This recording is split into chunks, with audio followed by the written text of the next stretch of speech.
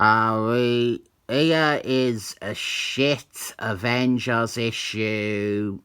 This is number 211, and it really is not any good at all. This begins Timothy Shooter's second, and thankfully very brief, run on the Avengers. He had previously written some of the best Avengers stories yet, some 40 issues earlier. This second run is like it is by another writer entirely. It's almost impossible to recognise this work as by the same writer who wrote the Count Gravity story or the Nephron three-parter. Worst yet, it is an issue devoted to Team Admin, and it still sucks. Even worse yet, it is an issue devoted to Team Admin, where Moondragon shows up and takes control, and it still sucks. The story starts with Captain America, out of the blue, announcing that he is cutting the team roster down to 6. There is no reason for this, he never says why, and the team roster is only at 8 here. 9 if you include Fembot, but the fucking character beat in this very issue is that nobody counts Fembot. The art is piss too. Jean Coleman works on Daredevil and Tomb of a Dracula, but really does not work on Avengers. The characters are all written terribly. Every single one of them is somehow like they have been replaced with an actor who is pretending to be them, but who has never seen them before. Homer Simpson's doesn't say Bo. Homer Simpson's says Do. Even Wonder Man. In Timothy Shooter's first run, it was Wonder Man who he really cemented as a character. He defined Wonder Man and locked down his personality and began his friendship with Smurf. You could look at this run overall and assume that it is shit because of the storylines or character development, like Aunt Gordon hitting his wife, or Iron Man having an affair with said battered wife. It's not just the stories themselves or the ideas. It is the characters. Every aspect of the writing, it is all bad. And it is so surprising because this guy was writing all these same characters really well only a few years earlier. Captain America, he becomes an arsehole in this run. He starts acting like a Captain America parody that would appear in some Warren Fallis crap.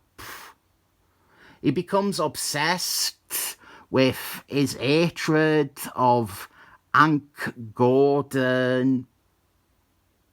He becomes a well and truly funless character. You saw some of that at the start. It's not just his fixation on Hank Gordon, his random declaration that he wants to get rid of 2 members. There's no reason ever given for any of the stuff he sets his crosshairs on in this run. I think It is never communicated a single time, but actually, no, fuck it. It is not the idea because Captain America was already eating Hank Gordon before he even hit his wife. I was going to say that Captain America had it out for him because Captain America's dad was a drunk, and one could infer maybe he hit his wife. And so that would be why Captain America has a personal grudge against Hank Gordon for doing the same thing. But he is dogpiling on Hank Gordon and trying to have him disgraced before Hank Gordon hits wasps. He thinks Hank Gordon is scum from the start of next issue. And Hank Gordon does become scum, but this is just a shit show of a run. And all Captain America does is sulk, grump, and work out. Dreadful, honestly dreadful. So with the Avengers' plans, or rather Captain America's plans, to cut the team down, we have a bunch of guest appearances from other superheroes who apparently want to join the team. And we quickly learn that they cannot leave. They have been brought here by an external factor. And so we get little sequences showing us some of the guest stars. None of them are entertaining. And we get to what brought them together. It is Moondragon, the beautiful bald lady Moondragon. She has decided it is her prerogative to select who should be on the Avengers. And this one is most famous for trashing Hank Gordon as a character, but it also trashes Moondragon incredibly. Both the two characters that this run takes it out on were also notably treat like shit in Jimothy Shooter's first better run. Hank Gordon went insane and full on evil in Avengers 161 and 162 without a sliver of a hero in him or even a hint of redemption. Then in Korvac Dallas, there is one line of dialogue in the final fight where Black Panther will not attack Korvac Dallas's wife, but Hank Gordon insists he has no problem attacking an unarmed woman.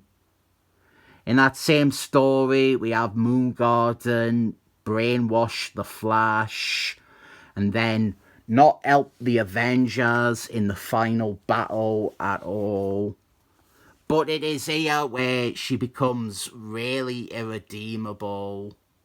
Before this, same with Hank Gordon, you could chalk up their wrongs to bad writing, or ill thought out writing at least. But this run makes its agenda very clear. Moondragon is an evil witch. Hank Gordon is a scumbag. And even if you wanted to pursue these ideas, or the lofty idea of spousal abuse, it could be okay, but the writing and even the art is bad throughout. I will focus on one more example of bad character writing because it is paired with what could have worked. We have Hercules Man randomly start a fight with Wonder Man. Hercules Man is a boisterous blowout, always looking for a fun scrap. I will even ignore the bad continuity that Hercules Man says that he doesn't recognise Wonder Man when they were both in the Korvac Dallas story. But where it falls down is Wonder Man turns around and fights Hercules Man. That's not something Wonder Man would really do. He is a hothead, but he wouldn't engage in a totally pointless fight. And here is our shit new lineup. No real dynamic here. A quarter of the characters drop out immediately. And in 10 issues time, it's necessary to have another team admin issue to pick up the slack that this began. It's not good, and it's really not good. Tearing this up has been debated internally by my autistic mind for 10 minutes before recording this, and I think I have got to.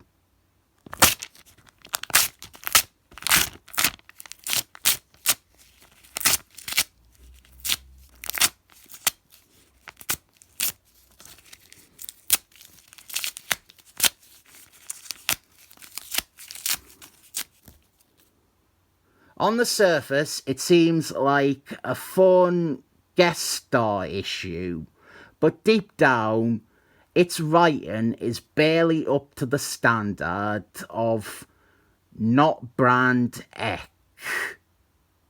So here's 7 thumbs up.